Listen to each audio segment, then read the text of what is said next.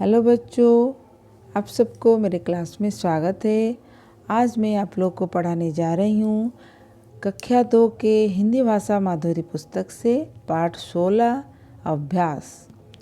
चलिए पहले इस बॉक्स में दिए गए शब्दों को पढ़ लेते हैं। गुरुकुल, गणित, औरत, निशान, विद्वान। चलो अभ्यास के चैप्टर पढ़ते हैं। आओ आज तुम्हें बहुत पुरानी कहानी सुनाते हैं। ये कहानी बहुत पुराने की है। उन दिनों स्कूल नहीं होते थे। स्कूल की जगह गुरुकुल होते थे। पहले स्कूल नहीं होते थे, स्कूल की जगह गुरुकुल होते थे। गुरुकुल क्या है बच्चों, आप लोग को पता है? गुरुकुल ये है जहाँ बच्चे रहते थे और पढ़ते थे और उनके साथ उनके गुरुजी भी वहाँ रहते थे। बच्चे वहीं पढ़ते जाते थे, रात दिन वहीं रहते थे। गुरुकुल में बच्चे वहीं पढ़ते थे और रात दिन वहीं रहते थे। पढ़ाई पूरी होने पर घर आते थे। जब पढ़ाई पूरी हो जाती थी तब वो घर आते थे। बीच बीच में छुट्टियाँ होती थी। बीच बीच में छुट्टियाँ होती थी। वहाँ गरीब अमीर सब एक साथ पढ़ते थे। गुरुकुल में गरीब और अमीर बच्चे सब एक साथ पढ़ते थे। उन्हें पढ़ाने वाले गुरु ही वही रहते थे। उन्हें पढ़ाने वाले गुरुजी वही गुरुकुल में रहते थे। ऐसे ही एक गुरुकुल में बोपदेव रहता था। ऐसे ही एक लड़का गुरुकुल में बोपदेव नामक एक लड़का गुरुकुल में रहता था। वो गरीब माँ बाप का एक बेटा था। वो गरीब माँ बाप का एक लौता बेटा था। देखो इस चित्र में जो चल के जा रहा है, जो लड़का जा रहा है, उसका नाम है बोपदेव। चलो आगे पढ़ते हैं। बोपदेव जो भी पढ़ता उसे कुछ समझ नहीं आता था। बोपदेव एक लड़का था जो उसे जो भी पढ़ता वो कुछ समझ में नहीं आता था। गणित से उसे बहुत डर लगता था। गणित से उसे बहुत डर लगा रहता था। जो कुछ उसे पढ़ाया जाता वो कुछ नहीं समझ पाता। जो भी पढ़ाया जाता उसे वो कुछ समझ में नहीं पाता था। उससे रोज़ डांट पड़ती थी। गुरुकुल में उससे रोज़ डांट पड़ती थी। वो हर समय सहमा सहमा रहता था। हर समय सहमा सहमा यानी मायूस रहता था। निराश होकर एक रात को उसने गुरुकुल छोड़ दिया। निराश होकर एक रात वो गुरुकुल छोड़ दिया यानी भाग गया। चलते चलते वो एक गांव में पहुंचा। चल के जा रहा था, चलते चलते रास्ते में एक गांव पड़ा। वो गांव में पहुंचा। सुबह हो चुकी थी, सवेरा हो गया था।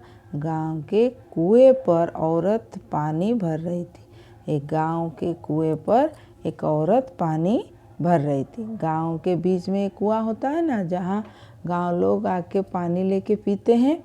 वही गांव के कुएं में एक औरत पानी भर रही थी। उसने कुएं पर जाकर एक औरत से पानी मांगा। उसी औरत से पानी मांगा। औरत ने कुएं में बाल्टी डाली और पानी निकालकर उससे पिलाया। औरत क्या किया, कुएं में बाल्टी डाली और पानी निकालकर उसे बोपदेव को पिलाया। उसने पानी पी लिया। पानी पीते पीते उसकी आँख कुएं के किनारे बने निशान पर टिक गई। जब वो पानी पी रहा था उसी समय उसकी आँख कुएं के एक किनारे पर टिक गई। निशान पड़ा था उसके ऊपर टिक गई। वो कुछ सोचने लगा। बोपदेव कुछ सोचने लगा। देखिए कुएं के ऊपर निशान बना हुआ है, उसको देख के सोच रहा है। उससे सोचते देख पानी पिलाने वाली औरत ने सोचा। वो जब सोच रहा था, पानी पिलाने वाली औरत ने सोचा बालक और पानी पीना चाहता है। औरत ने सोचा बालक पानी पीना चाहता है। उसने उसकी तरफ पानी की बाल्टी बढ़ाई। औरत ने बाल्टी बढ़ाई। किसकी तरफ? बोपदेव की तरफ पानी की बाल्टी बढ़ाई।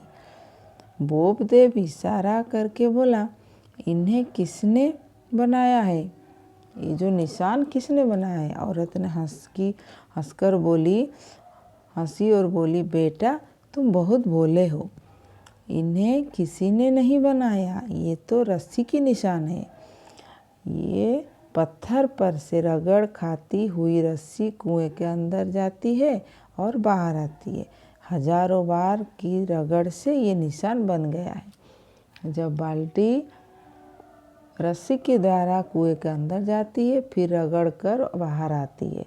यहाँ 1000 बार रगड़ होने से निशान बन गया है। ये सुनते ही वो सोचने लगा, जब रस्सी की रगड़ से पत्थर में निशान बन गए तो मैं बार बार के अभ्यास से अपना पाठ याद क्यों नहीं रख पाऊँगा।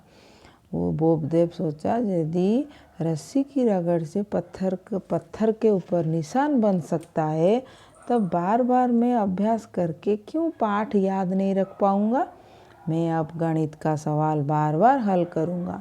जो नहीं समझ आएगा उसका तब तक अभ्यास करूँगा जब तक वो समझ में आए।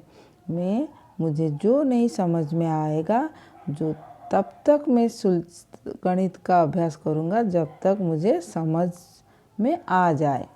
बोपदेव गुरुकुल में वापस लौट गया। बोपदेव गुरुकुल में फिर लौट गया। वो अभ्यास करने लगा, गणित का अभ्यास करने लगा।